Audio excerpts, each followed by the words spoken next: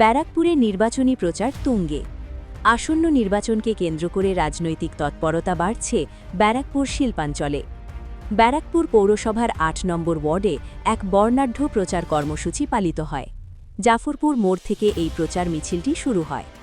উপস্থিত ছিলেন দ্বিতীয়বারের তৃণমূল প্রার্থী চিত্রপরিচালক রাজ চক্রবর্তী, পৌরপ্রধান উত্তম দাস।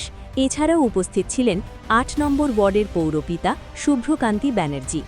পাশাপাশি পৌরসভার অন্যান্য ওয়ার্ডের কাউন্সিলর এবং স্থানীয় তৃণমূল কংগ্রেস কর্মীরাও এই মিছিলে পা মেলান।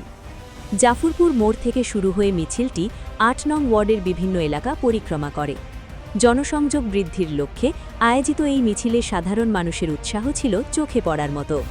প্রার্থী রাজ চক্রবর্তী সাধারণ মানুষের অভাব অভিযোগের কথাও শোনেন এবং উন্নয়নের ধারা বজায় রাখার আশ্বাস দেন।